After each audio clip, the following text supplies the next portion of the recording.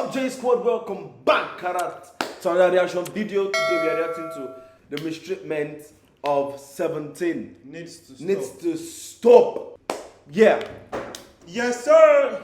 So if you guys are excited, If you are excited or curious to watch can you shut up, please? No, please. Smash like on the video, Please smash smash. subscribe button, Please. and let's just get into the video. Today, we'll dive into the case of 17's mistreatment, and trust me, it's about to get crazy. Pledis Entertainment is notoriously known for the mismanagement and inability to provide respectful and fair treatment. Isn't Pledis on that hype? Pledis, They just go on They just went on that. well, this video must have Let me see when. 2021. It's 4 days ago. I mean, it's almost like it's almost all All the groups, like they get their all own the from their- leaders Yeah. that have this problem. Yeah. That's why people talk about the K-pop industry a lot, like say Yeah. slave contracts and all of that. I know that. Sure. To all of their artists. Having less artists than the other agencies under their wings, it should be easy for the agency to build a safe and civil environment for their idols, but this still remains just a dream. With Pledis Entertainment driving their senior group, New West, to near disbandment due to their continuous mistreatment, and Priston actually disbanding only after 2 years of activity. Many fans of the boy group 17 are worried, and rightfully so, as 17 suffered numerous cases of ill treatment due to their agency's inability to manage them respectfully. It's a well-known fact that 17 made their debut in May of 2015. Diehard fans will also know that there are several hardships hidden behind it. Let's go ahead and uncover them for the casual listeners as well. Originally made up of 17 members instead of just 13, Pledis' first plan 17 before. as well. Originally made up of Wow. What was this? This guy looks thin. Like, no offense, but he looks thin. Is that not Sukan or? No. I think maybe this person didn't make. I didn't. Yeah. Okay, I think this. No, this is the whole 17. Yeah. This is Siumkan. Yeah. 17 members instead of just 13, Pledis' first plan was to debut their new boy group in 2013. However, that didn't happen. Pledis Entertainment actually went bankrupt, losing all finances prepared for 17's debut. In the following years, 17 and their hard work would quite literally help Pledis to recover from the bankruptcy. The debut was pushed back as the agency continuously kept promising the members that they would debut soon. Soon being the code word for 2 whole years. It was said that these 2 years were really hard for all of the members, as them waiting for their debut felt like it'd take forever. Those 2 years shaped 17 into the self-produced group that they are right now. They choreograph their own dances and compose and produce all of their songs on their own. One of the reasons why 17 were able to succeed in the first place is because the members did the management part of the company is responsible for. Minyu made and printed out promotion stickers and designed merch for their fans. What? So They literally do all of this. Wow. The merch, they design their own cover, their music cover, and all that. Korean. Even their choreographies. Okay, now that's. Took it upon himself to call up different variety shows to promote 17 in hopes of giving the group larger exposure. They still They were promote doing each other. It's actually obvious though that their choreography. Yeah. It's really obvious. I think so, man. Like It's in between all of them. The way they sing. Especially Sukan though. Like he's doing all of the things that Landino as well, I think. Yeah, and Dino. the agency was supposed to do, but instead, Pledis gave them the bare minimum. Exactly. The financial situation of Pledis plummeted down really fast. Do you want to know the secret behind 17's debut? The vice president of Pledis Entertainment sold his house just so that 17 can finally make their debut. Imagine how much hope Damn, that's a big risk. That's a big risk, bro. he must have had for the boys to take such a massive risk. I think he deserves more respect as well. But even though Pledis now had the finances to finally debut 17, their beginnings were far away from ideal. They didn't deserve this. 17 didn't even get to warm up for their music scene when Pledis' secrets were spilled and their disgusting behavior toward the members was revealed. The financial status of Pledis wasn't good, and it didn't get any better even after 17 debut. Now, one would assume that the agency's main responsibility is to provide all things necessary for the group to have a successful and possibly easy start. Well, Pledis said, screw that. In November of 2015, when netizens saw 17 perform at a music show, they noticed something that didn't sit right with them. The boys seemed to not be equipped with the right gadgets for a smooth performance. Pledis was incapable of providing the much needed things for 17, and their members were forced to pay for their own equipment. Not to mention that Pledis was already a hot topic due to the alleged mistreatment of the boys during their pre-debut days. According to netizens, some 17 members had to purchase their own earphones for the performances, while others begged their parents for one. Mind you, some of these members were still students during their debut, and they had to financially support themselves right from the start. 17 were seen using ordinary earphones for their performance, instead of the proper in-ears. Even the main vocalist, Seungkwan, who should have been the first to get in-ears, was using standard earphones that you could buy at a local supermarket. 17's leader, S-Coops, was seen with earphones that were taped to his ear. This caused an uproar as the fans were shocked and saddened that Pledis wasn't even capable of such a trivial task. It would be somehow acceptable if Pledis went and redeemed themselves after 17's debut. They didn't, and the boys performed without such important equipment for months. During their Manse and Very Nice stages, the boys were still without in-ears. But it didn't end here. Pledis and their slip-up caused an avalanche of fans and netizens coming forward with proofs of the agency's continuous mistreatment and straight-up rude and mean behavior. Wow. The boys have been punished for trivial things since their early days. It's truly heartbreaking to see that even the smallest things could anger the staff.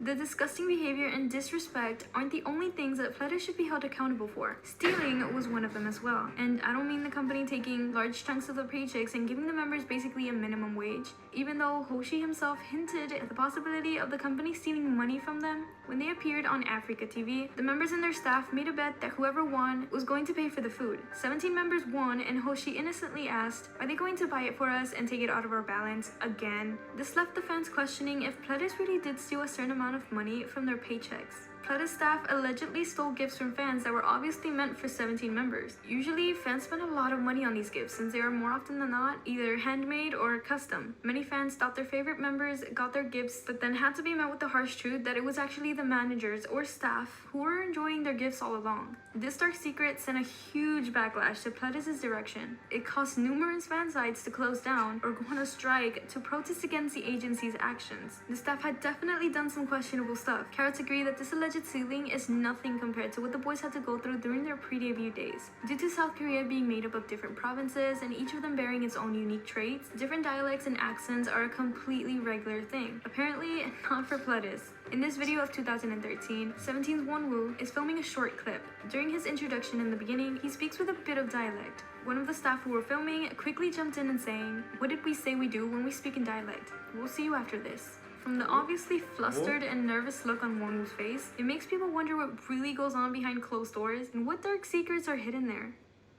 It's alleged the staff used to get physical with the members as well, in the forms of corporal punishment. Seungkwan was once hit in the head while being insulted because of his weight. Instead of defending himself, Seungkwan just took it and even apologized to the staff. What's more, Pledis aired the boys getting punished, scolding 17 members in front of their fans, calling a member a pig for simply eating alone, asking a fan why they like a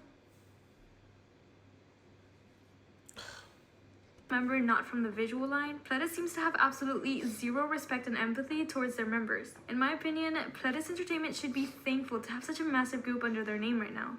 As 17 Wait, were I don't understand. Like, okay, Pledis is like an agency. Yeah. And are they still under them now? Yeah, 17's under them too now. Holy. our day and night to not only be successful and popular artists, but to also pull the agency from their slump they got themselves into by lacking zero skills in management. It didn't stop. Pledis Entertainment had years to reflect on their past actions and take something from it. They had opportunities to prove themselves to be a good and safe company for their idols.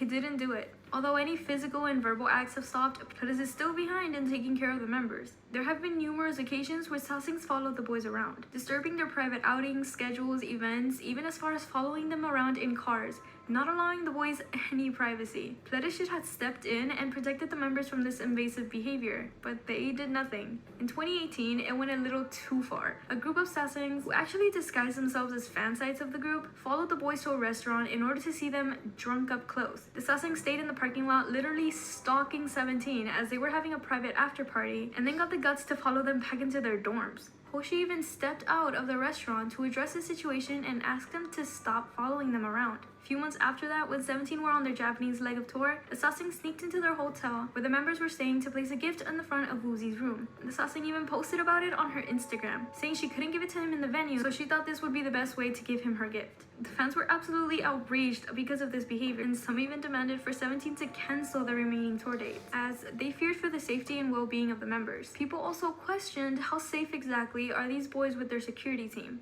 Recently, Pledis Entertainment was joined by a broadcaster KBS who was under fire for putting 17's safety at risk once again. Due to the pandemic, the safety precautions are more important than ever, and well, KBS was accused of not following them. In December of 2020, 17 crossed paths with someone who was tested positive. To take precautions, the group underwent health tests and decided to self-isolate. Well, at least that's what they planned. Pledis Entertainment stopped their activities and tested all of their staff, but KBS only had their KBS Song Festival in mind. Dispatch summed up KBS's actions as, there was no time to wait for the singers to self-isolate. They called 17 in to pre-record. 12 members tested negative for the virus, and it was only S-Coops who didn't get his results. But they still had to go to the pre-recording without him. Mind you, it was December and probably hella cold, but the members were still seen wearing only slippers as they've been rushed out there. Thankfully, the members all tested negative, but Dispatch still contacted health officers who confirmed it was not safe to attend the pre-recording either way. Angered fans demanded an apology from KBS with the hashtag KBS apologized to 17. After KBS canceled the group's appearance at the festival altogether. I want to end this with a memory that a fan shared when she met S-Coops during a fan sign. She joked around saying that she's considering joining Pledis Entertainment, to which S-Coops only replied with, "Don't come." I think that speaks enough on its own. What do you guys think about 17's position in the company? Make sure to subscribe, and thank you for watching. Bye! Okay. Speechless. To be honest, yeah, for a big group like 17 that with so much Wow. talent and all of that, I think they deserve way more than what they are putting into them. Cause literally, if 17 leaves Pledis, that's all, bro. Like that's all. I don't know. I'm really curious about like what kind of contract They are on, yeah. they have, because I don't know.